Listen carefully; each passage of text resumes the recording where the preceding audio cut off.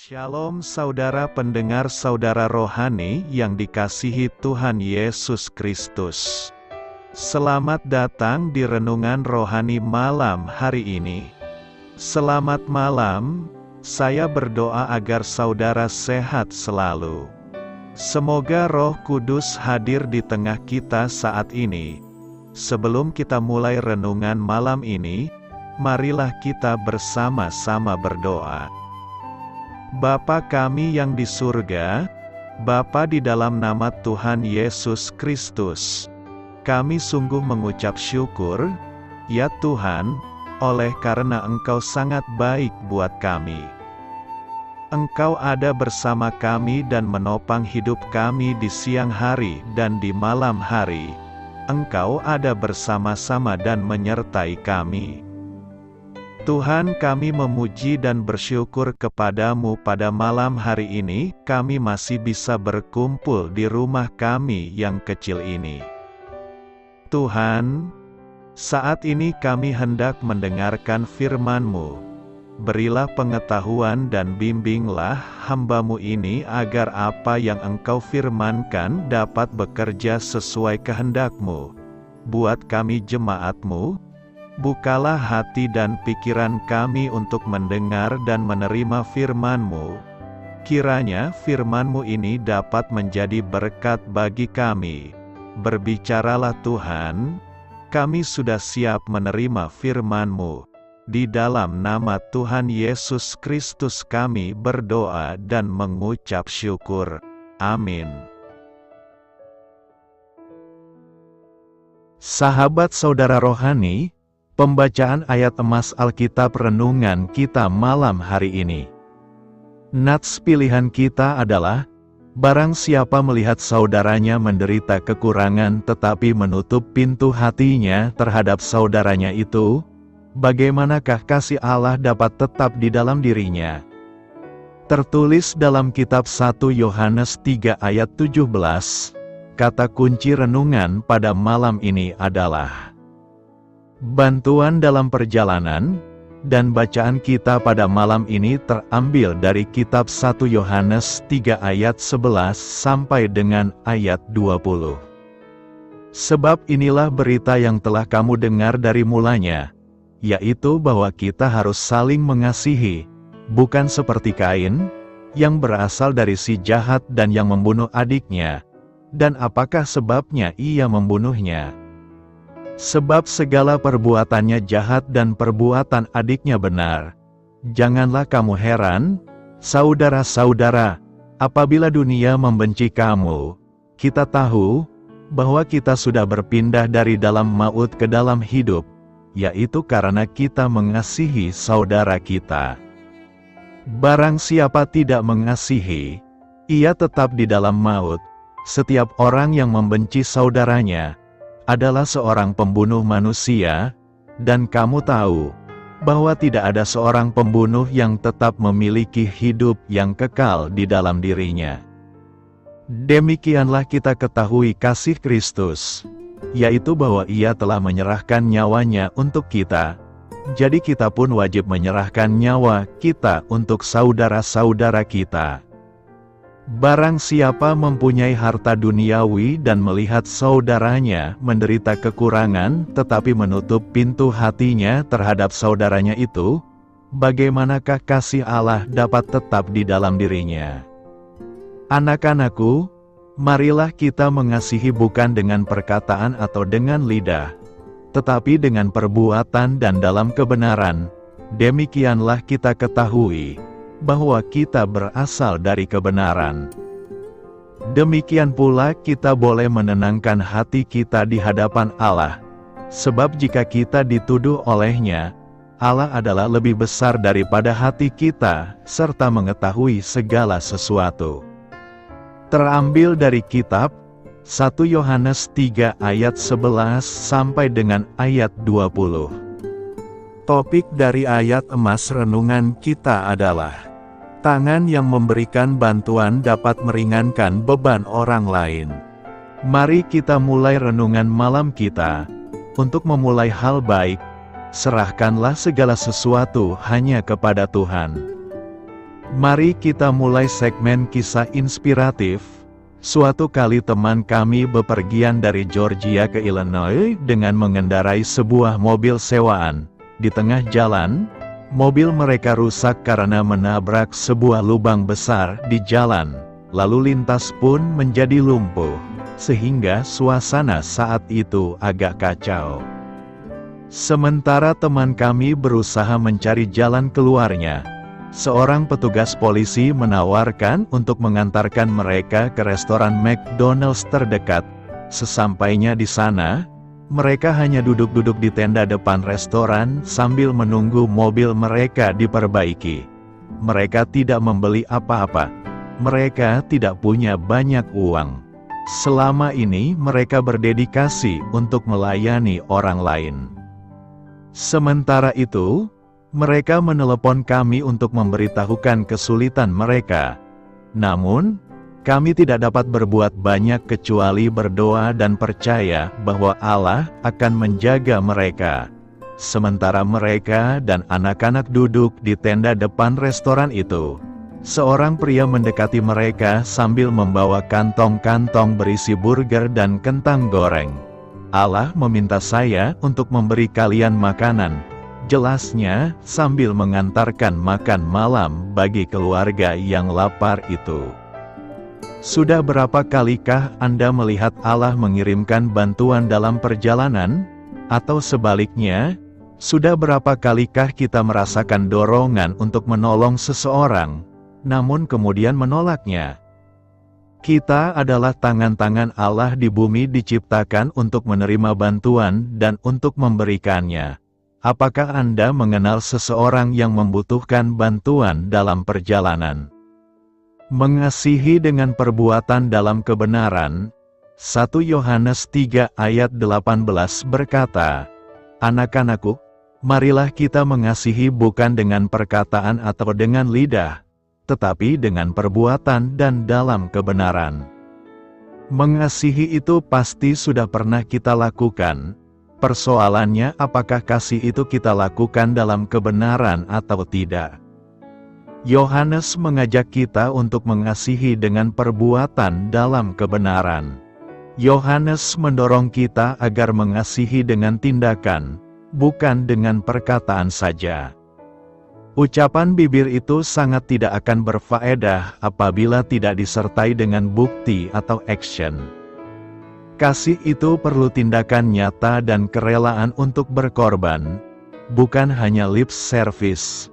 Karena itu penting sekali bagi kita untuk memahami betapa besar kasih Tuhan kepada kita.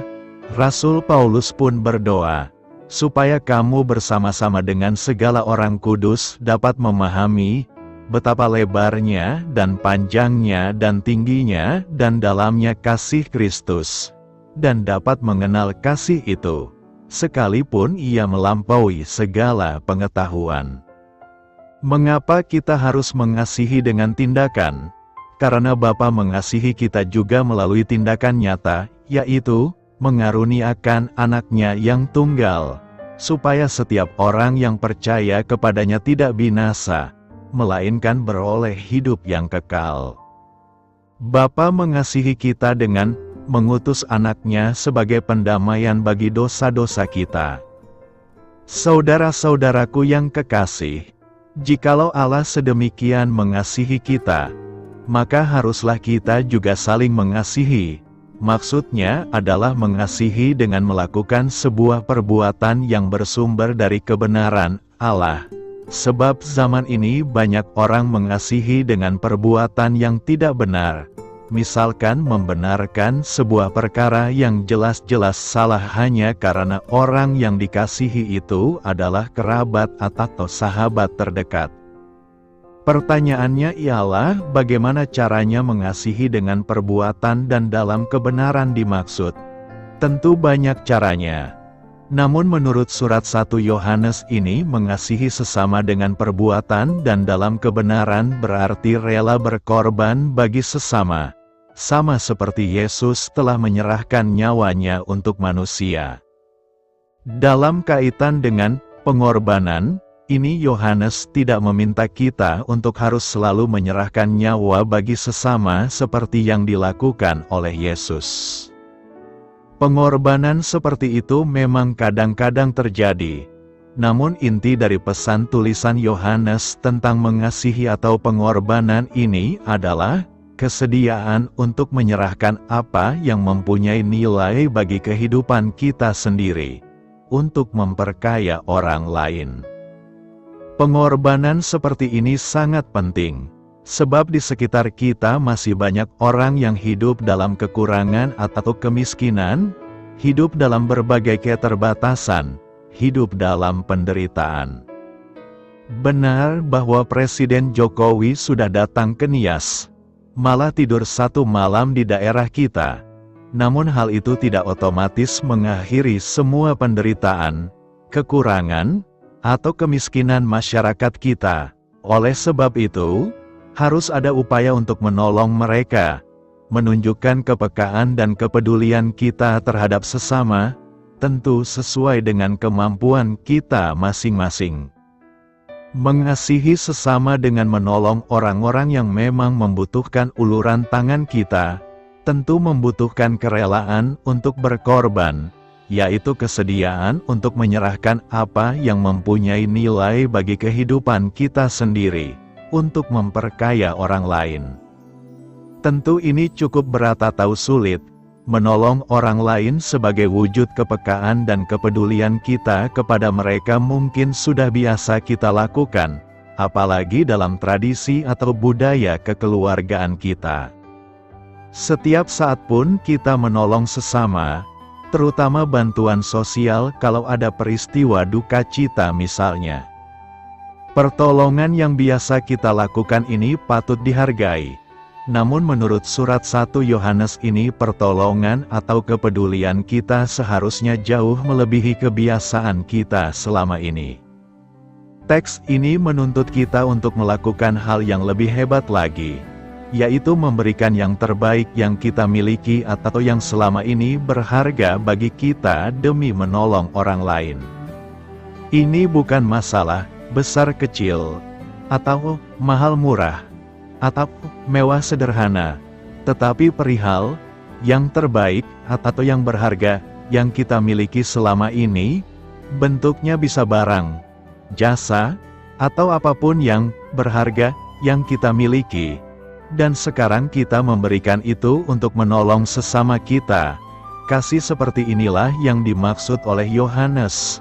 Kasih yang terungkap lewat perkataan atau lidah, dan terwujud dalam bentuk kepedulian atau pertolongan kepada sesama yang membutuhkan. Dengan perbuatan kasih itu, menurut Yohanes, maka kita dapat memastikan bahwa kita adalah pengikut Kristus yang hidup dalam kebenaran Allah, dan kebenaran itulah yang memberi harapan bagi kita bahwa Allah sendiri sangat memahami keberdosaan kita, yang karena dosa itu hati kita menuduh, mengutuki kita, dan berkenan mengampuni dosa-dosa kita. Artinya, pengorbanan yang kita lakukan didasarkan atas pengorbanan Kristus dalam kehidupan kita, dan pengorbanan itu kemudian sangat menolong diri kita sendiri untuk menjadi tenang menjalani kehidupan, bahkan tenang datang kepada Tuhan Allah kita. Karena itu, buktikanlah kasih kita dengan perbuatan kita yang benar di hadapan Tuhan. Allah mengutus anaknya. Yohanes 3 ayat 17 berkata, "Sebab Allah mengutus anaknya ke dalam dunia bukan untuk menghakimi dunia, melainkan untuk menyelamatkannya oleh Dia." Ayat ini mengandung 3 kalimat penting. Pertama, Allah mengutus anaknya. Kedua, bukan untuk menghakimi dunia. Dan ketiga, melainkan untuk menyelamatkan dunia. Tidak ada hal yang lebih penting dibandingkan dengan apa yang telah dinyatakan di sini. Kata-kata ini merupakan sebuah deklarasi atau pengumuman yang dibuat oleh Yesus kepada kita. Nasib dunia ini dan nasib setiap insan bergantung pada 2 ayat ini. Jika dua ayat ini harus dibacakan pada suatu masa tertentu yang ditetapkan melalui televisi satelit ke seluruh dunia, maka seluruh dunia harus menghentikan seluruh kegiatannya dan berkumpul di hadapan televisi menantikan siaran itu. Seluruh dunia seharusnya bersukacita dalam kelegaan mendengarkan pernyataan ini. Namun itu tidak bakal terjadi, bukan? Di dalam kehidupan, kita begitu disibukkan dengan begitu banyak hal. Namun saat diperhadapkan dengan ayat ini, kita harus berhenti. Karena tidak ada hal yang lebih urgen dibandingkan dengan apa yang dinyatakan di dalam ayat ini. Kalau kita benar-benar menangkap atau ditangkap oleh ayat ini dan inti dari ayat ini meresap ke dalam hidup kita, segala-galanya akan berubah. Saya yakin kalau kebenaran dari ayat ini meresap ke dalam hati dan jiwa kita, semuanya akan berubah. Seorang pemarah tidak akan tinggal sebagai seorang pemarah. Seorang yang pendendam tidak akan tinggal sebagai seorang pendendam. Seorang yang egois tidak akan tetap seorang egois. Dan seorang yang narsis tidak akan narsis lagi. Karena ayat itu kalau dihayati dan diresapi akan mengubah segala sesuatu. Kedatangan Yesus intinya adalah untuk karya penyelamatan dunia. Yesus bukan hendak menginterogasi manusia dalam kejahatannya, tetapi Yesus hendak menyelamatkan dunia ini dari kehancuran. Di tengah situasi COVID-19 ini, tentu Yesus hendak menyelamatkan dunia dari virus yang mematikan ini. Sebagai manusia ciptaannya, kita pun harus ambil bagian dalam karya penyelamatan dunia ini. Sudahkah kita merespons karya kedatangan Tuhan Yesus dan semakin bersedia dipakai menjadi alat di tangannya untuk menjadi penyelamat bagi sesama manusia, dari hal-hal yang kelihatannya paling sederhana sekalipun. Seperti tetap mematuhi protokol kesehatan, melakukan 3M, mencuci tangan, memakai masker dan menjaga jarak sebagai wujud penyelamatan diri sendiri, namun terlebih juga untuk menyelamatkan keluarga, orang di sekitar kita dan banyak orang lain, suku, ras, bangsa apapun dan bahkan agama apapun di kehidupan. Karena itu, mari semakin bersedia menjadi saluran keselamatan dan penyelamatan Tuhan Yesus Kristus. Apa artinya kita adalah anak-anak Allah?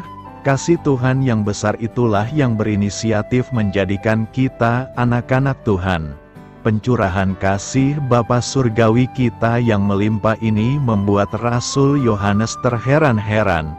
Lihatlah, betapa besarnya kasih Bapa yang dilimpahkan kepada kita, sehingga kita disebut anak-anak Allah. Dan itulah kami. Menjadi anak Tuhan berarti kita sudah dilahirkan dalam keluarga Tuhan. Kita menjadi anak-anak Tuhan melalui iman kepada Yesus Kristus, yang menghasilkan kelahiran kembali secara rohani, tetapi kepada semua orang yang percaya dan menerima Dia memberikan hak untuk menjadi anak-anak Tuhan. Mereka dilahirkan kembali, bukan dengan kelahiran fisik yang dihasilkan dari nafsu atau rencana manusia, namun kelahiran yang berasal dari Allah. Yesus mengajarkan bahwa hanya anak-anak Allah yang mengalami kelahiran baru dan kesempatan melihat kerajaan Allah. Ketika kita mendengar pemberitaan Injil, bertobat dan mengaku dosa, serta percaya kepada Yesus Kristus sebagai Tuhan dan Juru Selamat, maka saat itulah kita dilahirkan ke dalam keluarga Tuhan. Kita menjadi anak Allah dan menjadi pewaris bersama Kristus atas segala sesuatu dalam kerajaan Allah untuk selama-lamanya. Semua yang Tuhan berikan kepada putranya di dalam kerajaan adalah milik kita sebagai anak-anaknya juga. Saat ini, kita hanya mempunyai pengetahuan yang terbatas tentang apa artinya menjadi anak-anak Allah. Kita sudah menjadi anak-anak Allah, tetapi Dia belum menunjukkan kepada kita akan seperti apa kita nanti ketika Kristus menampakkan diri. Namun kita tahu bahwa kita akan menjadi seperti Dia, karena kita akan melihat Dia sebagaimana adanya, dan semua orang yang memiliki pengharapan yang besar ini akan menjaga dirinya suci, sama seperti Dia suci. Ketika kita bertatap muka dengan Yesus, pemahaman kita tentang apa artinya menjadi anak-anak Allah akan diperluas. Namun, jelas John, pemahaman sebagian mengenai status kita sebagai anak-anak Tuhan akan membuat kita ingin menjalani kehidupan yang murni dan suci. Yohanes melanjutkan dengan pengajarannya yang menantang tentang dosa, dan diakhiri dengan pernyataan berikut, mereka yang dilahirkan dalam keluarga Allah tidak melakukan dosa, karena kehidupan Allah ada di dalam mereka. Jadi mereka tidak bisa terus-menerus berbuat dosa, karena mereka adalah anak-anak Tuhan. Jadi sekarang kita bisa membedakan siapa anak Tuhan dan siapa anak iblis. Barang siapa tidak hidup benar dan tidak mengasihi orang percaya lainnya, ia bukan milik Allah. Sebagai anak-anak Allah, kita memiliki sifat baru yang diciptakan seperti Allah dalam kebenaran dan kekudusan yang sejati. Merenungkan siapa diri kita sebagai anak-anak Allah akan menyebabkan kita memikirkan secara serius tentang bagaimana kita hidup dan siapa yang kita layani. Akankah kita mengejar kehidupan yang kudus dan taat kepada Allah dan firman-Nya? Ataukah kita akan bersikap lesu terhadap dosa? Akankah kita melayani Bapa Surgawi kita atau sifat kita yang berdosa, yang dirusak oleh keinginan-keinginannya yang menipu?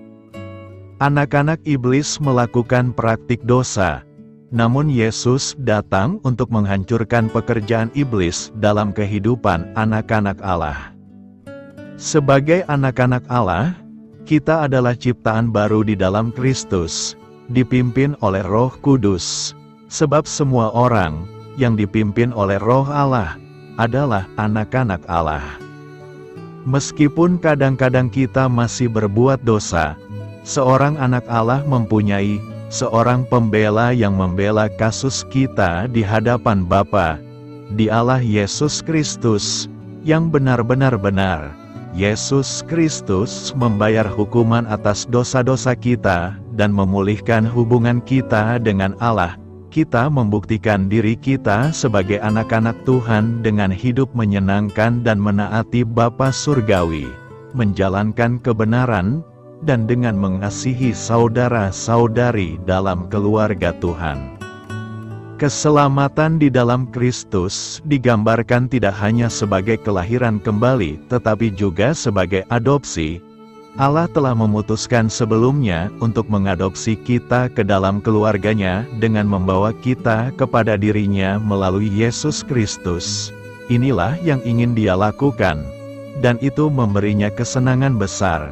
Maka kita memuji Allah atas kemuliaan kasih karunia yang telah dicurahkannya kepada kita, yang merupakan milik putranya yang terkasih. Sulit untuk sepenuhnya memahami kasih Bapa Surgawi kita, kasih yang senang mengubah orang-orang berdosa yang memberontak dan tidak layak menjadi anak-anak Allah.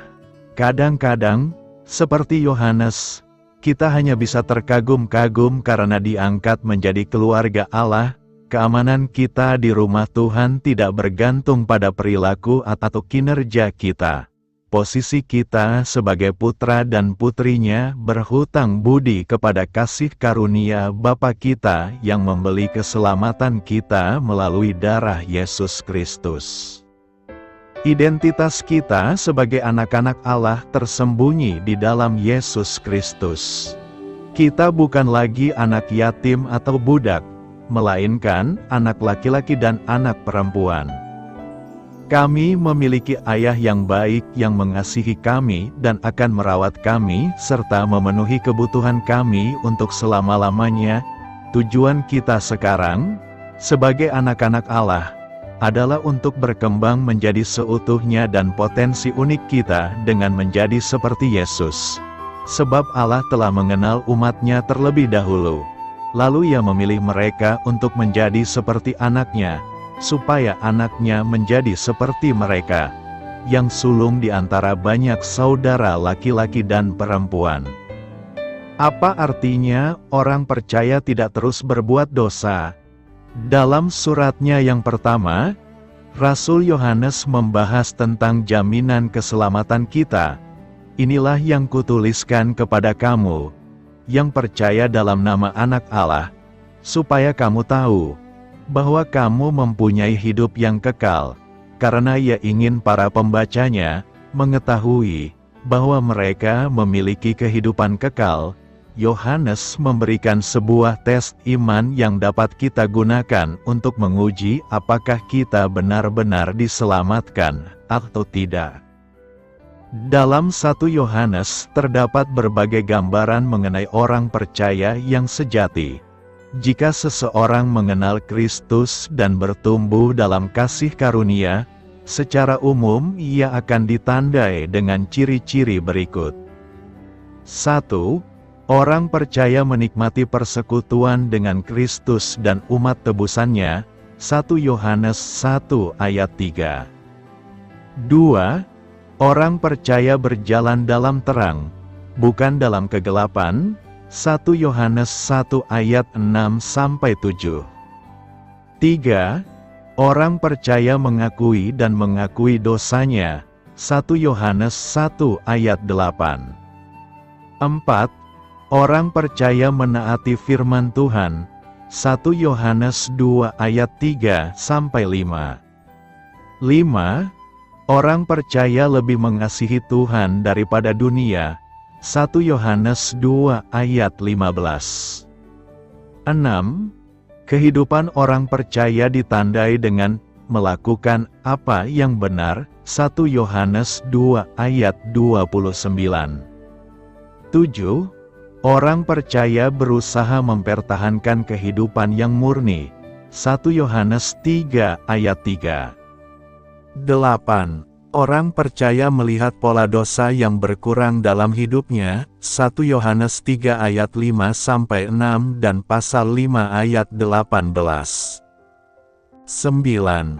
Orang percaya menunjukkan kasih terhadap orang Kristen lainnya, 1 Yohanes 3 ayat 14.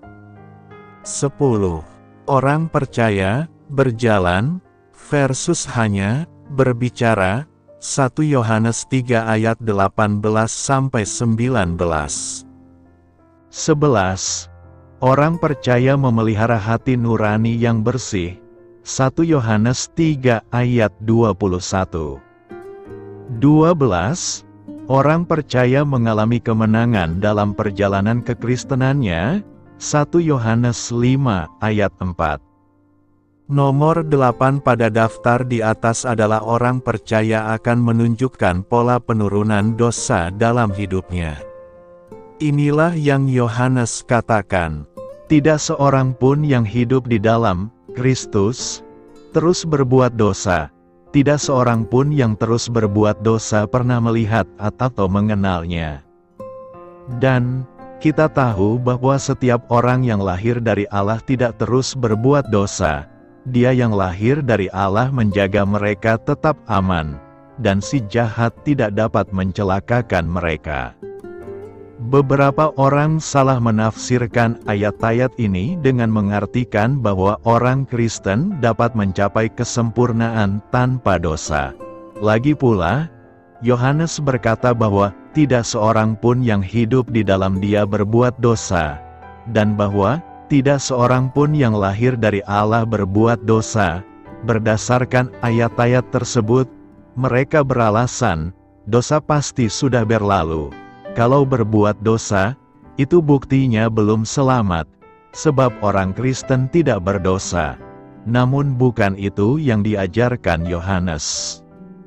Kita tahu bahwa ketika Yohanes menulis bahwa orang-orang percaya tidak terus berbuat dosa, Yang ia maksudkan bukanlah kesempurnaan tanpa dosa karena apa yang ia tulis di tempat lain dalam surat yang sama. Kepada orang percaya Yohanes berkata, "Jika kita mengaku tidak berdosa, maka kita menipu diri kita sendiri dan kebenaran tidak ada di dalam kita. Jadi, kita semua adalah orang berdosa, dan kita terus bergumul melawan dosa bahkan setelah kita diselamatkan. Kita tidak akan pernah mengalami ketiadaan dosa sama sekali sampai kita bersama Tuhan dalam kemuliaan.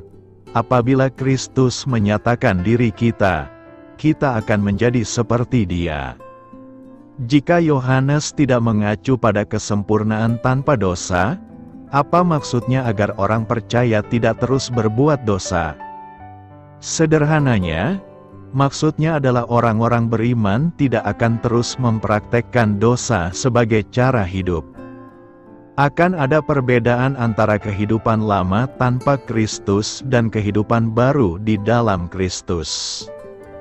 Pencuri yang dicirikan oleh pencuriannya bukan lagi seorang pencuri, dia memiliki cara hidup yang berbeda. Pezina yang mempunyai sifat amodal tidak lagi menjadi pezina. Pola perilakunya telah berubah. Anak Tuhan yang dulunya pencuri mungkin masih bergumul dengan ketamakan, namun ia tidak lagi hidup mengikuti pola mencuri. Anak Tuhan bekas pezina mungkin masih bergelut dengan hawa nafsu, namun sudah lepas dari kehidupan lama yang maksiat. Setiap orang yang menaruh pengharapan pada Kristus, menyucikan dirinya sama seperti Dia suci. Amplified Bible memaparkan maksud Yohanes dengan jelas. Tidak seorang pun yang tinggal di dalam Dia, yang tetap bersatu dalam persekutuan dengan Dia, dengan sengaja, sadar, dan biasa melakukan dosa. Tidak seorang pun yang biasa berbuat dosa pernah melihat Dia atau mengenal Dia. Dan kami tahu dengan yakin bahwa setiap orang yang lahir dari Allah tidak biasa berbuat dosa, tetapi dia yang lahir dari Allah dengan hati-hati menjaga dan melindunginya, dan si jahat tidak menyentuhnya. Kata kebiasaan adalah kuncinya. Orang beriman akan bergumul dengan dosa dan terkadang menyerah. Namun menyerah pada dosa tidak lagi menjadi norma. Ketika kita bertumbuh dalam kasih karunia dan dalam pengetahuan akan Tuhan, kita dikuduskan. Ketika kita dipimpin oleh Roh, kita akan semakin berjalan dalam ketaatan pada firman Tuhan. Jika seseorang mengaku sebagai seorang Kristen namun hidup bertentangan dengan firman Tuhan, maka orang tersebut menunjukkan kepada dunia bahwa dia belum diselamatkan.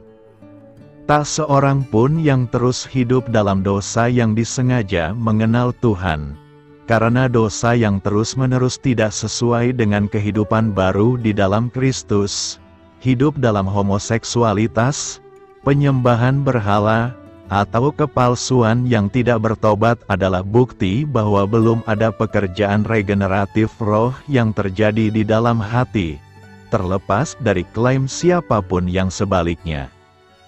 Yohanes memberi kita alasan mengapa orang percaya tidak terus berbuat dosa. Tidak seorang pun yang lahir dari Allah akan terus berbuat dosa, karena benih Allah masih ada di dalam mereka. Mereka tidak dapat terus berbuat dosa, sebab mereka dilahirkan dari Allah. Seorang Kristen sejati tidak akan, dengan sengaja, sadar, dan biasa, berbuat dosa. Itu tidak ada dalam DNA rohani mereka. Beritakanlah Injil kepada segala makhluk, hormatilah semua orang. Selamat beristirahat malam dalam kasih setia Tuhan. Doa saya menyertai saudara sekalian. Mari bertumbuh dalam iman bersama saudara rohani. Saya memberkati Anda, agar sewaktu Anda mencarinya dari Dia, Bapa Surgawi Anda akan memberikan bagi Anda roti harian Anda. Dalam nama Yesus Kristus. Tuhan yang berkuasa atas alam semesta dan menuntun kita kepada iman yang menyelamatkan.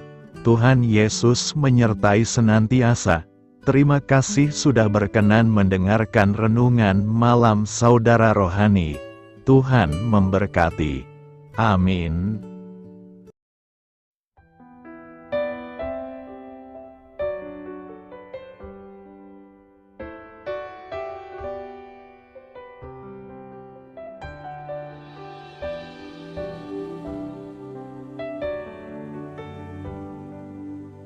Marilah kita renungkan, sahabat saudara rohani, demikianlah renungan firman Tuhan malam hari ini.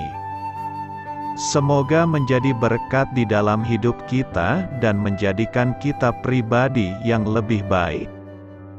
Sebelum kita beristirahat pada malam hari ini, marilah kita berdoa. Bapa kami yang di surga, Bapa di dalam nama Tuhan Yesus Kristus, kami sungguh mengucap syukur, ya Tuhan, oleh karena Engkau sangat baik buat kami. Engkau ada bersama kami dan menopang hidup kami di siang hari dan di malam hari.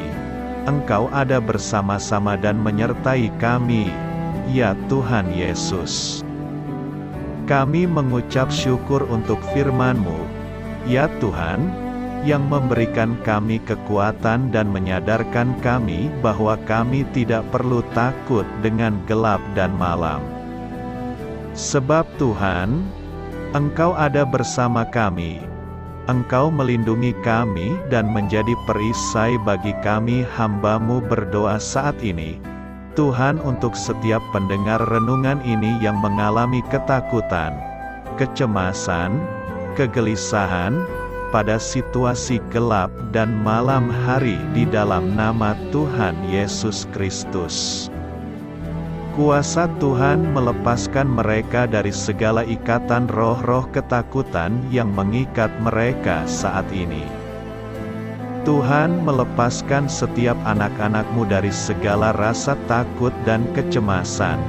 Di dalam nama Tuhan Yesus segala kuasa-kuasa roh jahat, kuasa setan iblis yang mengganggu anak-anak-Mu, ya Tuhan, tolong hancurkan dan halaukan dengan kuasa-Mu. Dalam nama Tuhan Yesus Kristus, berkati setiap kami anak-anak-Mu, ya Tuhan, dan lindungilah kami aman di dalam Engkau. Ya Tuhan, penuhilah setiap hati kami dengan keberanian, damai sejahtera, dan sukacita serta ketenangan yang dari Tuhan. Berkati kami di malam hari ini, saat kami tidur dan beristirahat. Kuasa-Mu, ya Tuhan, menaungi setiap kami, memberkati dan melindungi kami. Bangunkanlah kami kembali besok pagi dengan kekuatan yang baru, tubuh yang sehat diberkati Tuhan, dan berkat-berkat yang baru Tuhan sediakan bagi kami. Terima kasih, ya Tuhan, kami sungguh mengucap syukur untuk firman-Mu yang menguatkan kami. Dalam nama Tuhan Yesus Kristus Juru Selamat kami, Bapa kami yang baik, kami mengucap syukur dan berdoa haleluya. Amin. Biarlah firman Tuhan menjadi pengingat untuk kita semua, bahwa tuntunan dari Roh Kudus akan selalu memberi jalan keluar bagi setiap permasalahan hidup kita, dan memberi kedamaian di hati kita. Amin. Sampai jumpa di renungan malam saudara rohani berikutnya.